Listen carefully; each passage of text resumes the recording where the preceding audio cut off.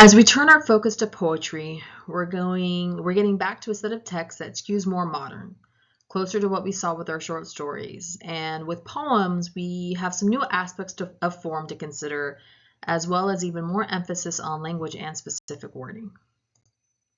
So let's get into form.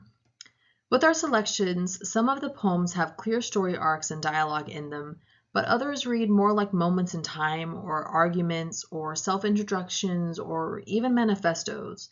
And part of the task here is to consider why the poets would have chosen to package their ideas in these forms. A good place to start is with the meter and pace of a poem. You might have noticed that Shakespeare's writing in The Tempest has a certain rhythm to it, and it's not just that it sounds old-timey, but it has a regular, literal rhythm.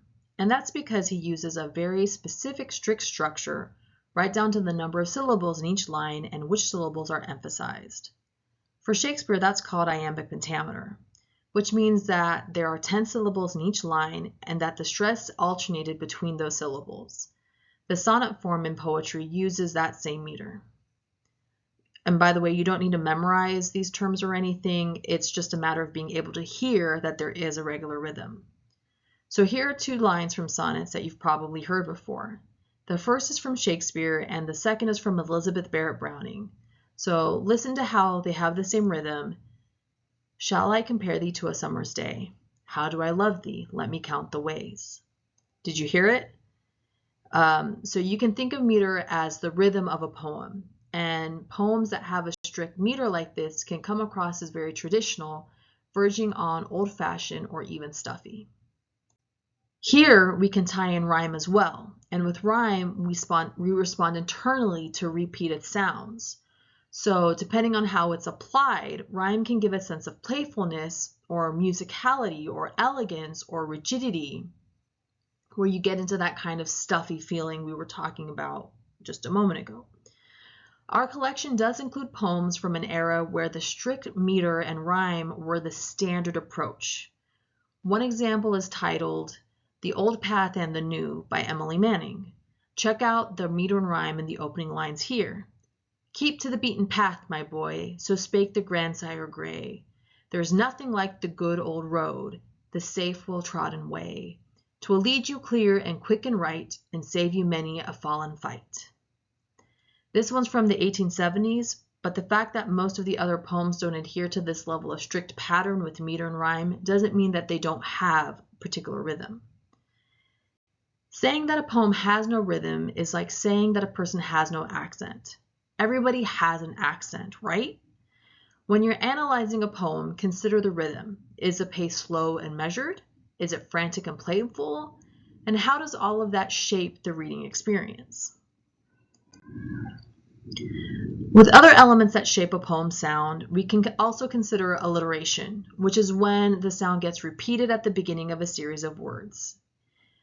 In this one, we have the repeated G sound with grandsire gray, and in that second line, highlighted yellow. And then in the sixth line, highlighted in blue, we have fall and fight with that repeated F sound. These tiny language choices can really affect how the ideas hit. Remember that poetry is a spoken art too. It's not just a written art. So try reading the poem out loud or having someone read it to you. That might change what stands out to you, and whatever stands out to you can factor into your analysis. So now we're going to move into some of the movements in poetry that we're going to be seeing with the poems we're reading. The poems will cover the Romanticism, Modernism, and Postmodernism styles. One key question is whether rhyme and meter fit in the poem's era, and does it meet the expectations of that age or does it subvert them? There's not a hard and fast rule for this, but you can look at the day and get a sense of what those audience expectations would have been. And speaking very generally, poetry written before the 1900s would be expected to adhere to a very strict form. And this is passed down from a movement called Romanticism. People thought that form was absolutely everything. If your poem didn't have some kind of set rhyme and meter, then it wasn't a poem. Poetry was meant to express a lot of feeling, and the form itself was meant to rein that in and give it a proper boundary and shape. Then came modernism, which really takes hold after World War I.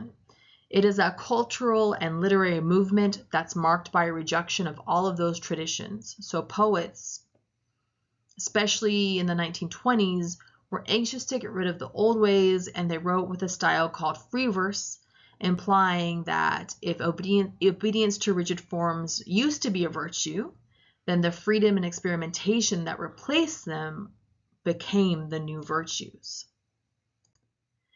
Going further into the 1900s, we have postmodernism taking hold in about the 1960s, which takes things much further when it comes to an even more playful rejection of tradition and authority. It's been long enough now that today, writing in strict meter and rhyme would probably feel like a more subversive choice than writing in free verse. So it's really all about the era as that backdrop for analysis. And then you get into fun stuff like capitalization and punctuation. Choices with capitalization and punctuation are in the mix here too. In the postmodern era, poets play with these elements to great effect. But I think a more direct example of the power of punctuation and capitalization is probably texting. We use capitalization and punctuation all the time to help communicate our true meaning. So if you message somebody a simple, "Hey, how you doing?" and they write back to tell you that they're fine, the punctuation, capitalization, and the reply can say as much as the literal words that they use. Check it out. All of these "I'm fines." These replies all basically use the same words, but they communicate things quite differently. Really take a second to appreciate how much even a single punctuation mark can change the meaning, to say nothing of including emojis and GIFs, but still. Getting back to poetry, a writer might even agonize over these small choices in their wording. Some of the poetry in our collection has no capital letters at all. Some of it gets very experimental in its punctuation, so we need to be attentive to this. We also have line breaks, and line breaks simply refer to a point in which the poem moves on to the next line.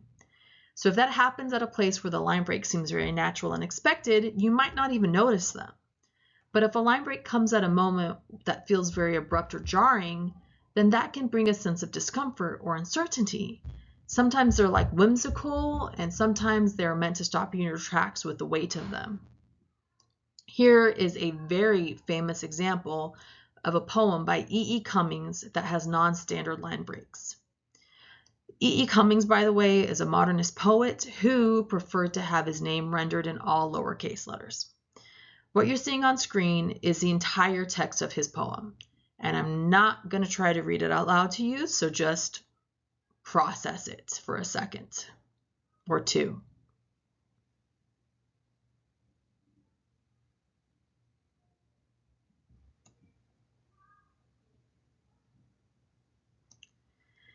Now, if you look closely and take away the line breaks, it has two parts. First, we have loneliness. But there are some parentheses that are stuck right after the first L, and in the parentheses it says, "a leaf falls." So he's writing about this feeling of loneliness, and the image that he attaches to that is a leaf falling. And the line breaks gives both a sense of descent and falling. But they also separate the letters so that they aren't clearly part of this, like a visible whole. And that L on the next to last line, it also looks so lonely there. Here is the line breaks are really central to the poem's message. Getting away from form, we've got the idea of diction, which refers to specific word choices. I'd like to point out just a few examples from our selections. So look for what words jump out to you as incredibly precise. First, from the poem, How to Write the Great American Indian Novel by Sherman Alexie.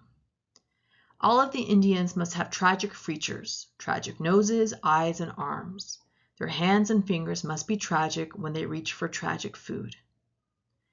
The next from The Raw Men of the Maori Battalion by Rowley Hippie.